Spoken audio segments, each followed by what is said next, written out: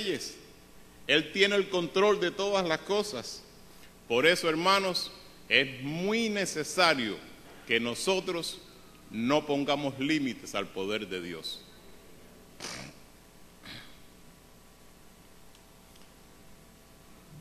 Un hombre fue puesto en la cárcel, y fue puesto en la cárcel no como alguien que comete una infracción, alguien insignificante que comete una infracción y es llevado allí. No, este hombre fue llevado a la cárcel por mandato explícito del rey.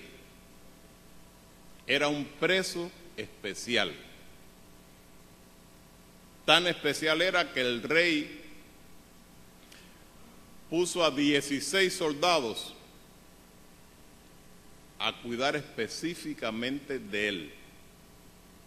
Ya ustedes saben, si ustedes fueran el carcelero y le mandan un preso con estas especificaciones, con estas condiciones, pues el jefe de la cárcel lo puso en la cárcel de más adentro.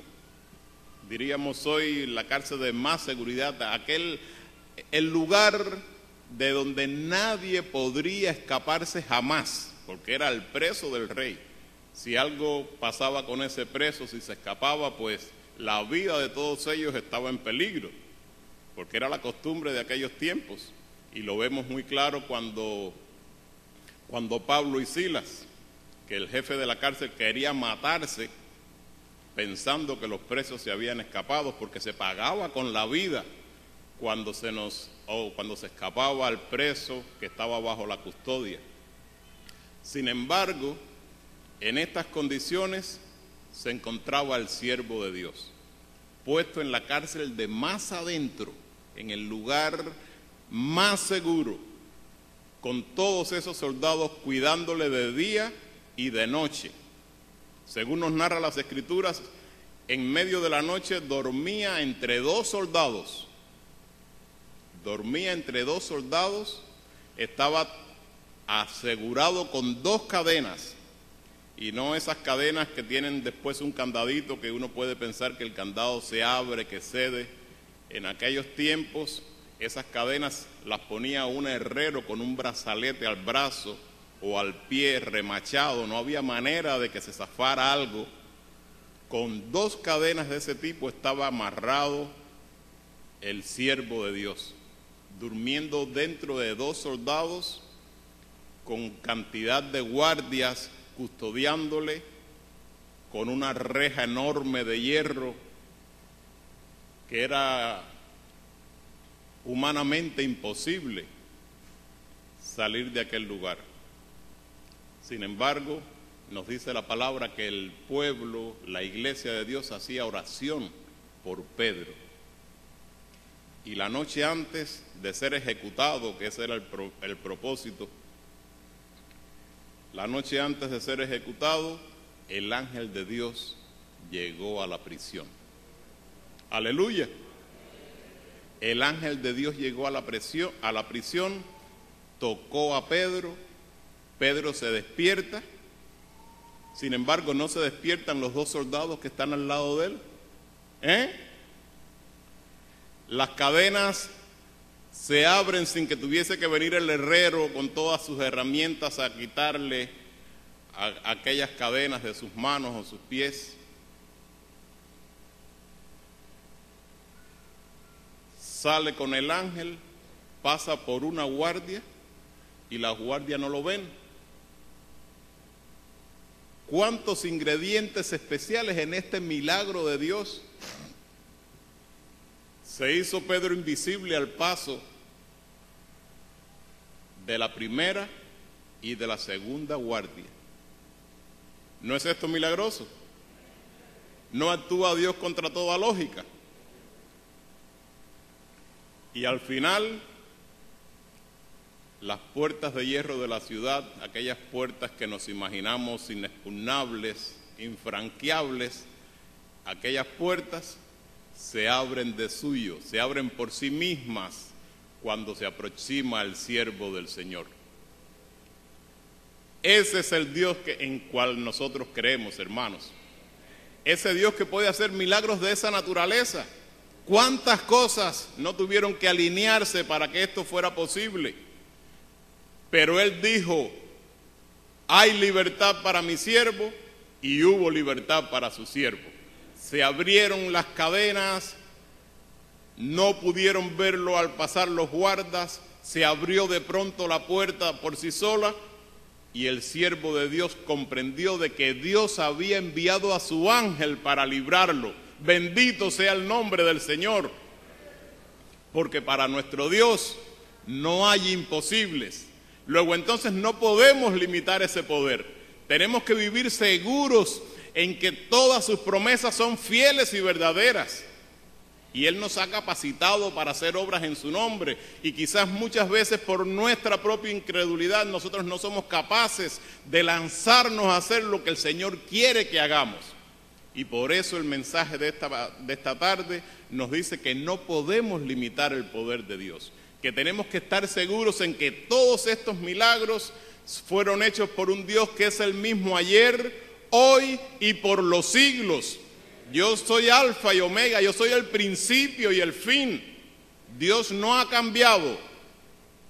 Dios está dispuesto hoy también a hacer que por nosotros, como instrumento de Dios en estos tiempos, podamos decirle al mundo que Dios es un Dios de poder, que Dios es un Dios que puede hacer todas las cosas.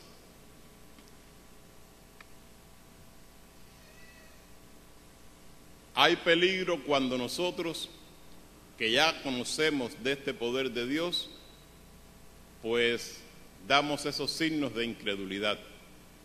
Yo estaba analizando cuando oraba por este mensaje, que cuando nosotros no creemos a ciencia cierta lo que el Señor ha prometido que Él puede hacer, estamos poniendo a Dios como mentiroso. ¿Sí? Si yo les prometo a ustedes algo,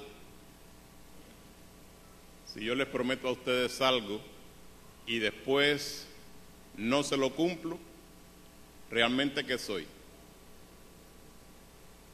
Y en ese mismo lugar nosotros ponemos al Señor, ponemos a Dios cuando dudamos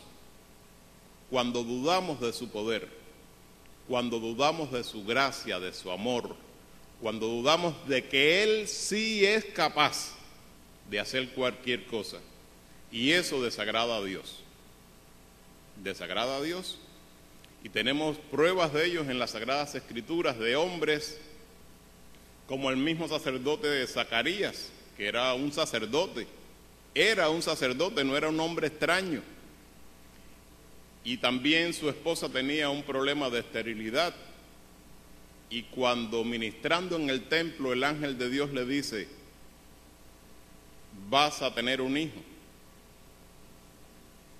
Él sabía que habían pasado, sabe Dios cuántos años, habían agotado todos los recursos disponibles en ese tiempo, y esto había sido imposible. Y el ángel, con esa seguridad de Dios, le dice, el año que viene, por este tiempo, tú vas a tener un hijo. Y el sacerdote Zacarías, aunque era sacerdote, aunque ministraba para Dios, fíjense ustedes el peligro que existe en eso, no porque estemos en los caminos del Señor, no porque estemos aquí en esta mañana, no porque hayamos caminado o militado con el Señor años, no por eso ya automáticamente tenemos plena fe en el Señor. Porque cuando Zacarías oyó aquella promesa que deseaba tanto, se quedó preocupado y le pregunta al ángel, bueno, ¿y cómo yo voy a conocer que esto realmente va a ser así? ¿Qué cosa me puede probar a mí de que esta promesa imposible va a ser cierta, va a ser realidad? Y eso disgustó al enviado de Dios. Eso disgustó al enviado de Dios, porque el que estaba hablando era Dios mismo, era el mensaje de Dios. Dijo: yo soy Gabriel, que está sentado a la diestra de Dios, y por cuanto tú no has creído a la promesa, al dicho del Dios Todopoderoso, ¿tú quieres una prueba? Vas a quedar mudo hasta el día que nazca tu hijo. ¿Sí? Porque Dios no se agrada de nuestra incredulidad. Dios no se agrada de tu incredulidad. No se agrada de mi incredulidad. Dios quiere que nosotros le creamos, porque es menester que el que se allega a Dios crea que le hay. Porque es necesario que el que se allega a Dios crea que le hay y que es galardonador, que cumple plenamente convencidos, decía el apóstol Pablo a los romanos, plenamente convencidos de que Él es capaz de cumplir todo lo que nos ha prometido. Y así sucedió a Zacarías. De manera aún más trágica sucedió a aquel príncipe en los tiempos de Eliseo, cuando el hambre en Samaria, un hambre atroz, un hambre terrible, al extremo de que una madre fue capaz de comerse a su hijo. Había hambre, ¿verdad? Sin embargo, el siervo de Dios dice: mañana a estas horas la comida va a estar vendida por centavos aquí mismo en Samaria, aquí mismo en esta ciudad donde se pelean por un pedacito de una tripita de una paloma. Aquí mismo en esta ciudad mañana la comida va a estar por las calles, fácil de adquirir. Y aquel hombre de conocimiento quizás en su mente hizo los cálculos: ¿cuántos carros es necesario que lleguen con comida? ¿Qué caravana de carros? No había aviones ni barcos de esa naturaleza que pudieran abastecer a la ciudad de un día para otro.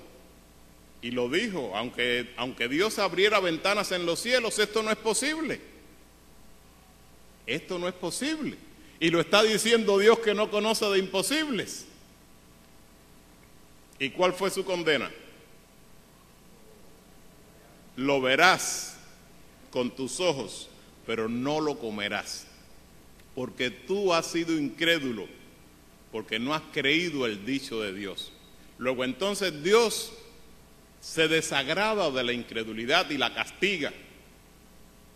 Que no suceda así en ninguno de nosotros, hermanos, porque estemos asidos de la mano del Señor, buscando fe y más fe cada día, que aunque el resto de los hombres no crea, nosotros creamos en Dios, en un Dios real, no en un Dios acomodado, no en un Dios que estemos nosotros compaginando y limitando en su poder, como hacen algunos, desafortunadamente, porque Dios premia a los que confían en Él. Como dice ese himno tan bonito: Dios trabaja para los que confían. Dios trabaja para los que confían. Cuando nosotros estamos plenamente seguros del poder de Dios, Dios se manifiesta en medio de nosotros, se manifiesta usándonos como instrumento para hacer cosas grandiosas. Como en el caso de Pedro y Juan cuando subían al templo. Ustedes se han puesto a fijar, o se han fijado en esto. Dice que allí llegaba un cojo, pero cuando leemos con detenimiento nos damos cuenta que no es sencillamente ese cojo que al caminar tiene ciertos desajustes en sus piernas. Era un hombre que había nacido ya con una condición que no le permitía andar, porque dice que no que él llegaba, sino que le llevaban. De ahí entendemos que no era esa cojera común que conocemos, sino que ese hombre estaba imposibilitado de sus piernas. Cualquiera de nosotros quizás hubiese pensado, como decíamos al principio, que era un poquito más de lo que era fácil que Dios hiciera. Pero ¿qué hizo aquel siervo de Dios? Con cuánta seguridad Eso me llama tanto la atención. Con cuánta seguridad en Dios.